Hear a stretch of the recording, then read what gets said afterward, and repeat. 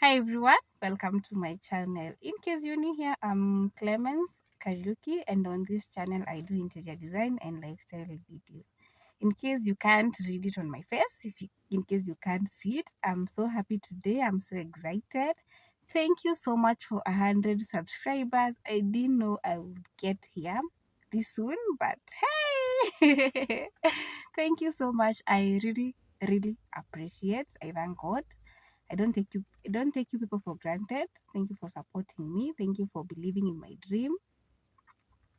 I'm so happy. Thank you so much. So since I have new people here, most of you don't know me. Since of course I don't know 100 of you. For those who don't know me, even for those who don't know, probably there are some things about me that you don't know. So I decided to do a Q&A video so that at least you can get to know a little bit about me, ama you can get to know me kidogo. So I'm currently at home. I missed mom. I decided to come and say hi. And so there are people in the house, and for consistency purposes I wanted to do a video. And where I wanted to go today, it has really decided to rain, and you can even tell from the car's windows, yani kumenyesha tu, hata venye nimevaa, yani it has really rained, so I couldn't go. I'll go tomorrow. So I decided to do this video. So who is Kariuki Clemens? I'm an extrovert, fun and outgoing, and a lover of life. By the way, my siblings came up with these questions for me, so I'm answering them. How old are you? I'll take a guess. I'm a pioneer. I'm one of those pioneers of free primary education. Kibaki kids. Hi. I watched Papyrus. I watched Charmed. I watched Texas Ranger. I watched Wrestling. Sisi ni wale watu tulikuwa tunaenda shule kuchapiana story za Storm of Paradise asubuhi. If you are one of those, you know my age, you know which era we belong to. Good old days. Yani, we used to chapa story of episodes of Storm of Paradise. And we had a lot of them. Yani zilikuwa tu ndo zinafuatana. Actually, I remember, okay, this is out of topic, but I remember there was a day, there was an episode, I don't think it was Storm of Paradise, ilikuwa inaisha hiyo siku, and for some reasons, kwetu stima decide, I don't know what happened, but there were no lights, and I decided to go to my neighbor's place, my friend, she's my friend, ama she was, to go and watch the last episode, ndo at least nisipitwe na story ya asubuhi ya Mushene. Hey, my dad alinichapa because that was nilichapwa. But you can imagine, sikuwa nataka kumiss. But that did not sit well with my dad. Anyway, so that I was saying, I'm of that era, so you can take a guess. Watu wa Prison Break.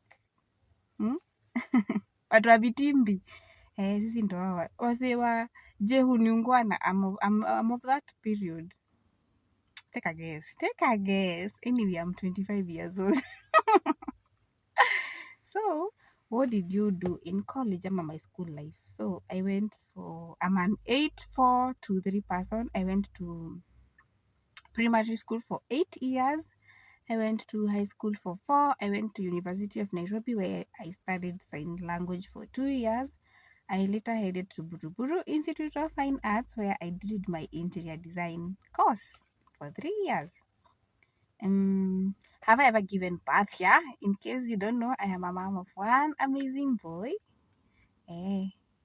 What was your birth experience? What? Ameuliza nini? T for tough. I have never experienced the kind of pain I experienced when giving birth. That's a story for another day. Do you have any tattoos on your body? Tattoos are not my kind of pain. No, I don't have one. Have I ever ridden in an ambulance? Yes. And for me, it was traumatizing. I remember I gave birth to my son on a Monday, and we were to take him to jabs on Friday. So I gave birth on a Monday. We went home on Tuesday. So we were to take him for his first jab on Friday. So on Thursday, I realized my son, like his skin color had lightened up. Okay, he was light, but now it was kind of like sikuwa nimeona hivyo. So I told Habi, like kuna vile mtoi, there's something off about his color, his skin color is, and he was like, no, he's just light. And I was like, I don't think so. But it was like, anyway, even if he's not that light, we'll be going to hospital tomorrow to take him for his first jab. So if there's a problem, they'll know. And I was like, anyway, Sinikesha will go. Where Friday came, morning came, we went to the hospital. When the nurse who was in charge saw my baby, she screamed. By this time, his eyes were yellow. Yani alikuwa tu yellow everywhere. Yani, kai. I don't know what I was thinking, because when I was being discharged, I had been told, like, if you see anything unusual with the baby, please bring the baby to the hospital. Where, by the way, if you have a child and you see anything unusual with your baby, please run to the hospital. Run. Because it would have costed my son a lot. I thank God, like, God ali come through, because, but where mi naambianga mtu, if you see anything, so even when my baby coughs, to the hospital mbio, because looking back, I really risked his life. So we were taken into the doctors, and some tests were run. We had to be referred to another hospital, and that's how we rode in the ambulance. I was really scared for my son. So that answers this question. Have you ever been admitted to the hospital? Yes, I have. So on that episode, that period, we were admitted at the hospital for a period of 1 week. It was my worst week ever in life. I was so scared. I used to cry for my baby. Why? And they and there's another question here. Have you ever cried for someone? I cried. I did cry for my baby that time. And this is a sad story, because my dad passed on when I was going to Form 4, and I cried for days, if not months. Yeah, I really cried. I miss him to date. So the other question is relationship status. I'm married to one handsome man. And have I ever smoked weed? I'm a bit reserved, so no. Have you ever drank alcohol? Have you ever drank alcohol? This matter should be adjourned, Your Honor. My mother will be watching this. I'm guilty as charged. What was your favorite subject? So throughout my school period, I loved reading books, and I loved languages, and I really loved English. Or if I was to be a teacher today, if I was to go back to school, if I was to teach, I would be an English literature teacher. I love languages. Most money you have ever held in cash? I think it must be around $1,000. Yeah. Current M-Pesa balance. Mnataka kunichunguza hivyo? Naweza buy kilo kadhaa za unga. Unajua vile bei ya unga imepanda. Naweza buy kadhaa, naweza buy ya kadhaa. Have I ever been expelled from school? Take a guess. Take a guess. Anyway, I wasn't a naughty student. I wasn't a naughty girl. But it happened that when I was in Form 4, okay, we used to have visitings once a year in my school, high school. And when I was in Form 4, my relatives decided to show up for my visiting day, and I'm really, really grateful. I was so happy. Hey, I was so happy. Yani mlikuja, even my grandma showed up. That was so amazing. Yani, thank you so much. So I was brought for a lot of, we used to call snacks grabos in our school. So they came in handy. Yani nililetewa grabo. Yani for sure I was so happy. Yani, hey, reminiscing on that day, I was so happy. So in our school we had a rule. There was a rule that you have to finish all all the snacks that any kind of food or snacks that you had been brought for, you had to clear them within a week. Sasa since my relatives decided to show up, huh? Hey, I wasn't able to finish them in a week. So we used to share these things with my bedmates. If you are seeing this, hi Purity. So I used to share these things with her. And me, I was like, so there was a rule: if you would be expelled if you would be found with those things and you refuse to let them go. And me, I was like, no, there's no way all these things are going. Apana, there's no way. So I refused to open my box. And so if you refuse, used to be, there was a list that your names will be forwarded to the deputy. And I fell on that list. And the following day, very early in the morning, I left for home. And I went home. I came home. Yeah, right now I'm at home. I came home for a whole week. And so I was happy because kai mamangu akiona hii video. I was happy because if I now when I go back to school, I'll retain my stuff and I'll continue consuming them until they are done. Looking back, aki nilikuwa mjinga. And remember I was in form. Watu walibaki shule wakisema mimi nikaenda home.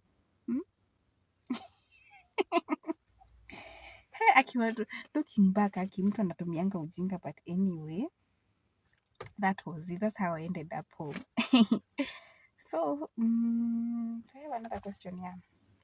So, what's the hardest part of being a mom? You can never be prepared for anything, no matter how much you think you've done, no matter how yani researches zenye umefanya, everything that you have done.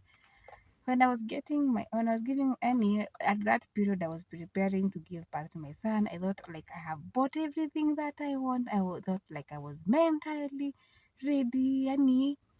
I was thought like I'm ready, yeah? But nothing prepares you for motherhood. Whether you do it at any time of your life, at you think like I don't know, but you never be ready. Either kama uko 20 ama uko 40 ama uko 50, you never be ready because it's a new experience that you have never experienced before, and it comes with a lot of motherhood comes with a lot of things. Plus now that I had to be admitted at the hospital, I gave birth on a Monday, you admitted on a Friday, and I went through episiotomy. Mothers can relate. It was tough, and now you have a sick baby that needs attention, that needs care. I'm glad I went to the hospital was nice. Everything was nice, but mentally it was really draining. I was really scared for my baby. Akilia nilikuwa nalia na yeye. I used to sympathize with him, but because there was nothing I could do because now alikuwa kwa phototherapy, and but then my baby had jaundice and it was really scaring because his levels were so high. If like the doctors told me, if I would have spent another day with my son at the house, venye alikuwa angepata brain damage, and that would have resulted to cerebral palsy. Now you can imagine. I was so scared. That's a story for another. If you want me to do my labor and delivery story, please comment down below. So what has motherhood taught me? Motherhood has taught me to be patient. Motherhood has taught me to be selfless. Like, you have to be patient with yourself. You have to be patient with your body. You have to be patient with your baby because vitu zingine like you thought like mtoto wako anafaa kufanya probably hafanya things that you thought they are easy, they are not. Nobody tells you these things until motherhood you learn on the job. You have to be selfless because now there is someone else who is totally dependent on you.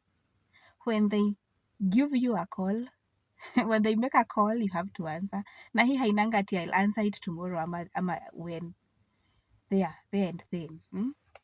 But it's a beautiful journey. I'm so happy. When now I see my son is almost getting to, actually we share a birthday week, and when I see him, he'll be 2 this year, and I'm so happy. Hey, I'm so happy. I'm so happy seeing him grow, seeing him achieve his milestones, and looking back mahali tumetoka. I'm really grateful to God. I think that has been about it. Do you have any regrets in life? I don't think I have any regrets in life. I only have lessons and experiences, and I always say Life is for the living. We fall, we rise, we learn, and I always say we live to fight another day. So I think that has been about it for this video. Thank you once again for 100 subscribers. I hope I'll be able to do this video again when we get to 1,000 subscribers. I hope and pray that we'll get there soon. I'm crossing my fingers. I hope we'll be able to get there very soon. I'm really grateful. May God bless you so much for supporting me. To all my viewers, to all my subscribers, thank you so much. Please remember to always like my videos. If you can comment, I'll highly appreciate. Yeah, and until the next one, guys, bye.